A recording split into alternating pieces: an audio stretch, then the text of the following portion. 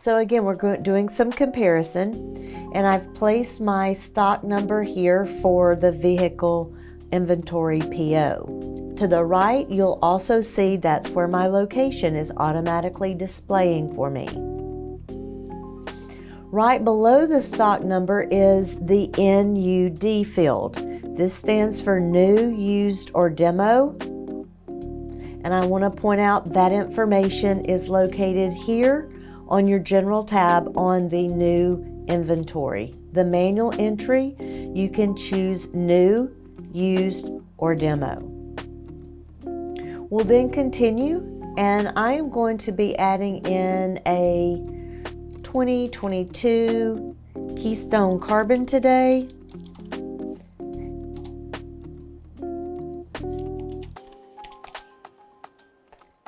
Now, reminding you that there are bolded sections, and these bolded fields are required fields. So if you'll notice, there is a space for you to put the model or trim number. It's not bolded, so it's up to you if you wish to use that field for your vehicles. So I will continue on into the next area. You notice where it has, you can add in the body style code. You can also add in up to 2 serial numbers. This will be very helpful maybe with your Class A RVs. All right, and here is our MSRP.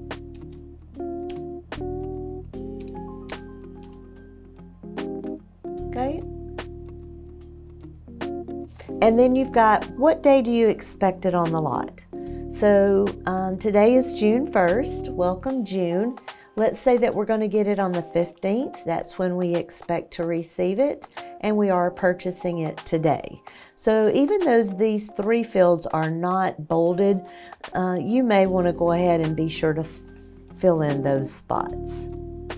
And there is an area here for a package code. We do work with some trailer dealerships that may want to use the package code. I remember a boat dealer that we worked with where they were selling the boat and the trailer, so they put that together and used a package code. So that might be helpful if that's the case with your dealership. And then there is a button here that you'll want to make sure to check mark if you want this vehicle to show on your website. All right, I'm going to go back over to the PO in the general section, and I'm going to complete that same information that I've just keyed over in the manual entry.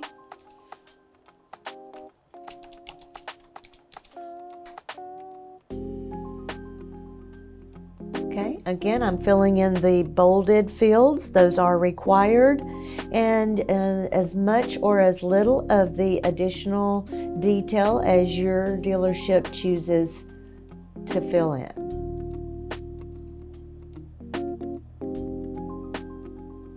Okay, so we have talked about the general section that is located on both the manual and the PO entries, and the information that is the same. Below on the PO, you see a section for the description.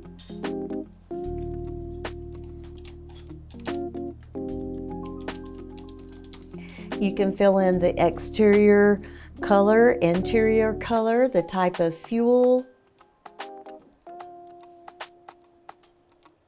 the length, width, how many cylinders, square foot, how many it sleeps, if there's any slides, the gross weight. Again, these items are not bolded, so they're not required. You can put in as little or as much information as you would like.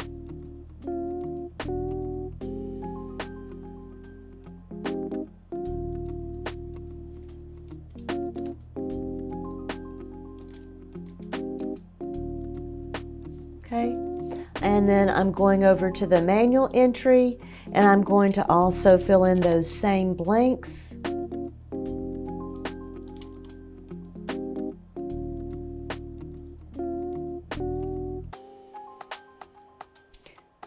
There is a spot for you to put in the odometer reading, so in case you are taking in a used or a demo unit.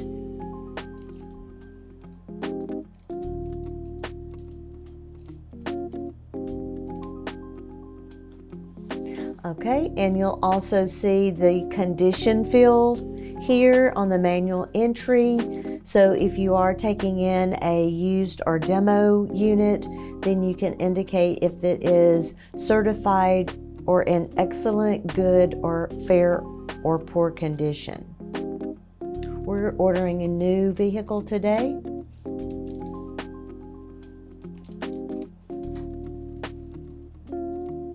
Okay.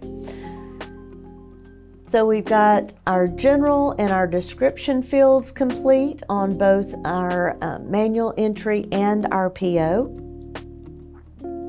And those are some of the similar fields that are on these two forms.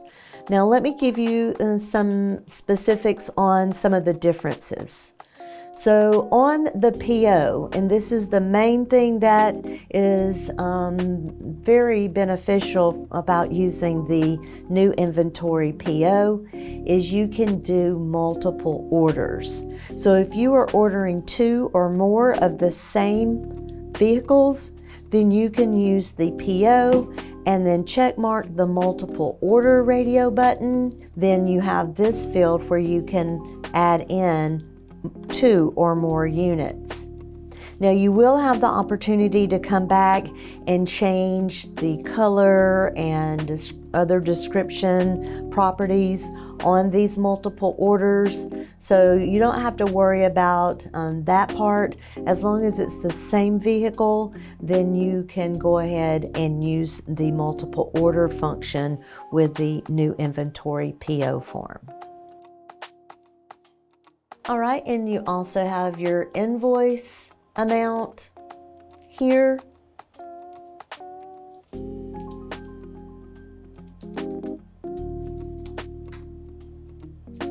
And you can select your vendor. I'm going with Keystone today. Now there are a couple of fields here just to point out. If you wanted to add in the manufacturer order number or the manufacturer rep name, you can do so here. And then there is a bolded section for the PO number, which you see has automatically been populated by EverLogic. Okay, we'll go ahead and indicate we are placing our order today. And then who is this being authorized by? And you can make your selection from the drop-down menu. Okay, this is one of the main differences with the PO versus the manual entry, where you're able to add in more than one of the same vehicle. Okay, another difference is in the lower right section. There is an option for us to go ahead and select our floor plan company. I will jump over to the manual entry onto the administration tab just to indicate here is where you're going to find your floor plan information on the manual entry. We'll come back and speak about that in just a moment. Before I can key the floor plan balance on my manual entry, I do have to save. And before I can save this entry, I do need to complete all bolded fields. There is another bolded field that we have not spoken about on the manual entry, known as the vehicle itemized charges. Please notice this is one of the differences at the current view on the manual versus the purchase order. Okay. Now once I save the purchase order, which I'm going to go ahead and do so now, please notice that there are 3 units that are on this purchase order. That is because I have done a multiple order. So yes, Okay. And that one goes away. I'm now going to go onto that sales operation tab and search for that unit under search inventory. All right, so you have different parameters here that you can use to search for your inventory at the top. I'm just going to do a search. And you see it brings back all the inventory that I have. All right, so let's just look at this for a moment and talk about how this view is very similar to an Excel spreadsheet. And you may know that you can click, hold, and drag a column to a different section if you'd like. And don't forget, there is some information to the far right. So if there's any information here that you'd like to move over, you can also do a click, hold, and drag and drop it where you would like to save it. Okay, I'm going to look for all of my keystones. So please notice you can click on the funnel and make a selection, and just like in Excel, you can filter these columns. So here are all of my keystones, and I've entered today a keystone carbon. And again, I could filter down even my model to carbons. And please notice I have 1, 2, and 3 that has been added to the end of my stock number. That is because this is the PO entry. You notice the PO on my stock number. And remember, we ordered 3 of these units. That's the benefit of using the vehicle PO, is you can order multiple units. So here I'm just going to open up and double click. And now let's compare.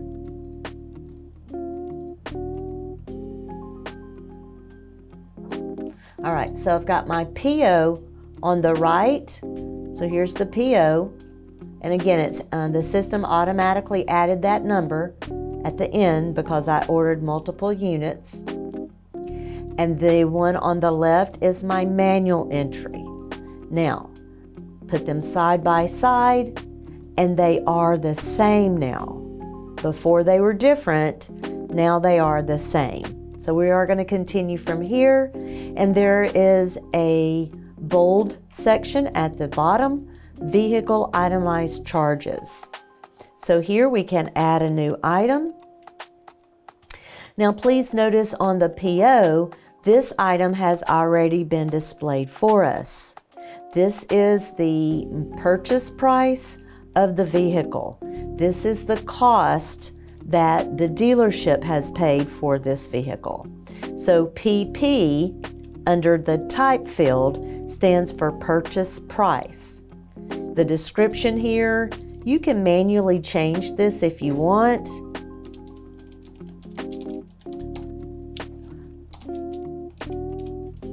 Whatever your dealership chooses to place in the description, you can manually place here.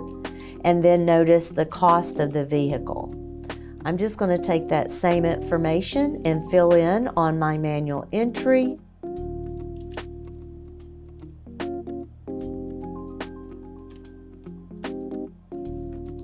Okay, and then I want to scroll to the right and talk about a very important field, which is our vendor.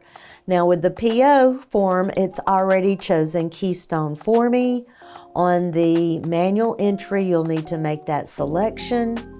This is very important because if you do not select your vendor in the itemized charges section, it will not map correctly over to your QuickBooks. So always make sure that you've got your vendor selected in your itemized charges. The other 2 fields here at the end will be updated whenever we post these over into QuickBooks. All right, let's go back and let's add a new item. This time I want to add an AC item. The AC stands for additional cost or additional charges. So here I'm going to add in additional cost for my transportation, and I can add that specific here. Again, your description can be manually keyed, and I'm going to be adding this same item on the PO for transportation. Again, the AC is your add-on cost or additional charges. I'm going to just say I paid $1,000 for that. This is the dealer's cost. And then don't forget your vendor. The vendor is what's going to make sure that it's placed over into QuickBooks and tracked properly for you. Always make sure you fill in your vendor.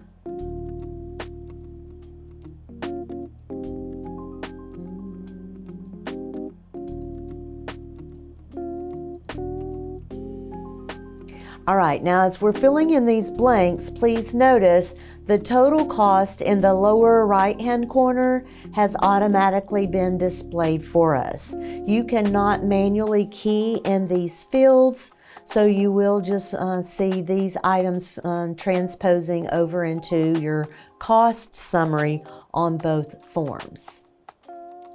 It's also added in a pack adjustment that I have automatically set up in my system. And if you would like for us to help you set up any of these defaults, please get with us. We'll be glad to help you. Now remember, on the manual entry, I was filling in some of these fields that may not have been on the PO entry whenever I placed it in the system. So I noticed the condition field has opened up, and again here you can choose the condition of the vehicle. Now again, these are not bolded areas, so it's up to your dealership on how much or how little information you want to include.